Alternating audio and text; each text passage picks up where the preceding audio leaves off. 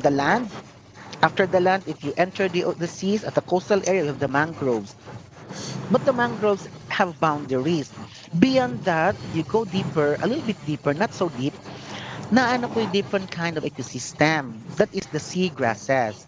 And go further, sometimes at the edge of the continent of the shelf or the edge of the land, that's where you can find the corals. Happen dito na vegetation and so on and so forth. So in coastal areas na ano ang mga ecosystems, okay? There are also different type of ecosystem that are equally important. Ang pinaka ignored yun yung kind of Okay. ecosystem sa coastal area nga wala gyud siya gitagaan kayo less og wala gyud importance kaayo kay ilang tanaw lapok ra is the intertidal flat. Yeah. But if you go to Olango, up beyond the mangrove, there's a kanang wide area of intertidal flat. Kanang daghan bird watching diha magtan-aw because that's very rich in food for the birds.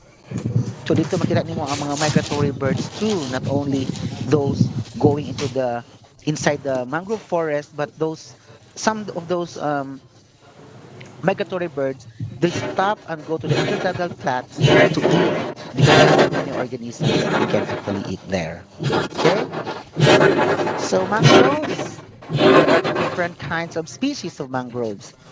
I think in total 44 kinds of species, but in the Philippines, there was one, I don't remember, isa ka macro ecosystem somewhere in the north that harbors 29 species in just one area. That's very diverse. No, very diverse. In the area of Cebu, medyo pangatong area and mostly dominated by Rhizophora. Kanang na yung mga ugat-ugat niyang prop roots niya. But of course, there's Sakura, sometimes Abyssinia, sometimes Soliracia. And these are the common species that you can find in the mangrove area in Cebu. Sometimes it's dominated by Abyssinia. When you go to Argao, I think Abyssinia nag-dominate ang area. But in some areas, there's Sakura ka na mga prop roots. Maaay. Soliracia as well. Katong naay mga mutubo nga marag ugat nga gasa ka sa babaw, those are the nematophores of the Soliracia. No, so these are the kind of organisms. And the mangrove as well is actually composed of species that are belonging to different families. Different families ang uban, no, dili sila kay mangrove, dili sa one family but rather from diverse families, so they go to an area and converge there and develop common adaptation of the salty environment, thick leaves, no, halos pareho sila nawong, no, because of this phenotypic adaptations. But they come as a species, they come from different families. So this kind of convergence of different organism species coming from different families and develop similar phenotypic characteristics, it's called convergent evolution. No?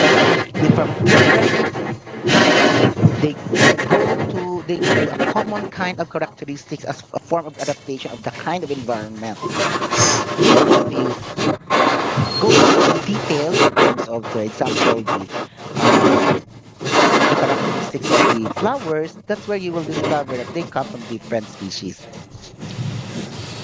Initial glance, mura sa pula. Hindi tayo ka go into the details naka-impression nga same na sila nga kind of group of organisms, but they are not because of their adaptation to the kind of environment, unique environment.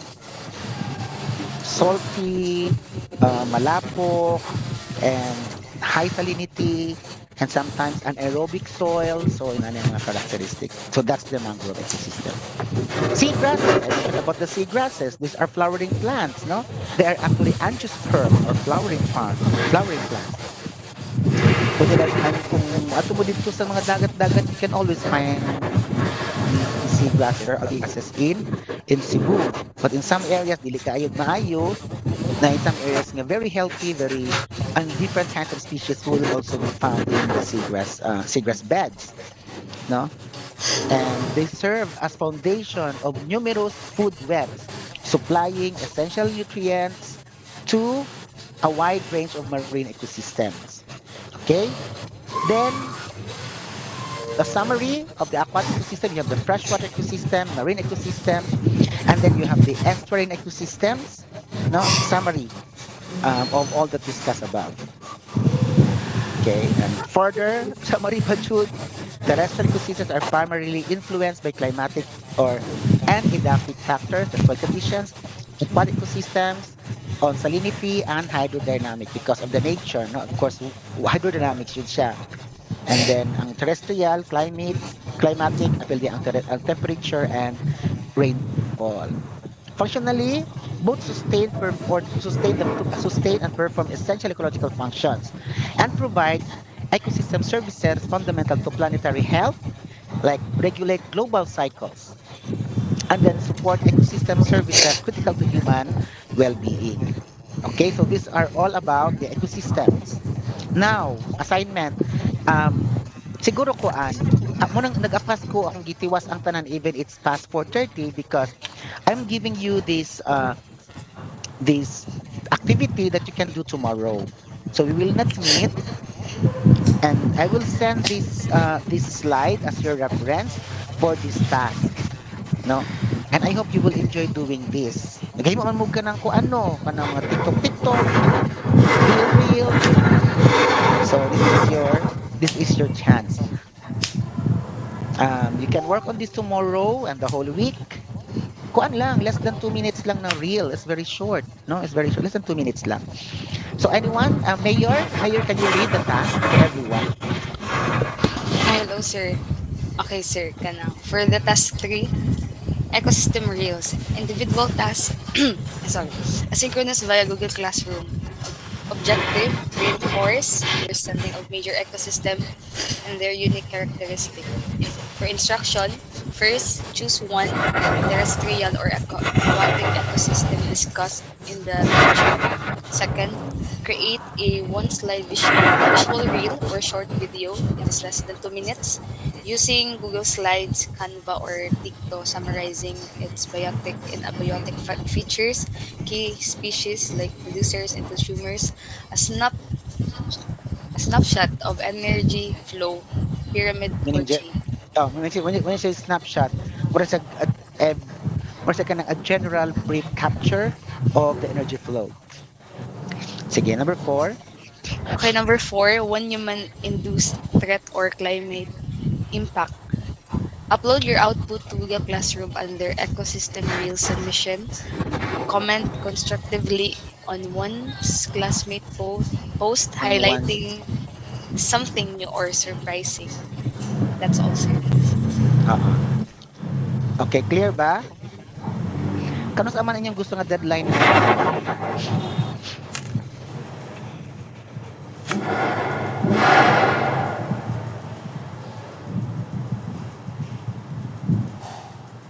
Deadline?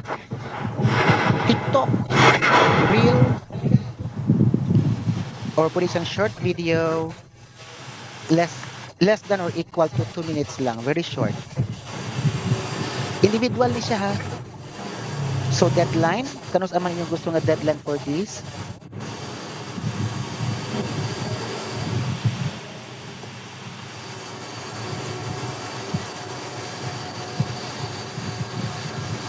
August 3?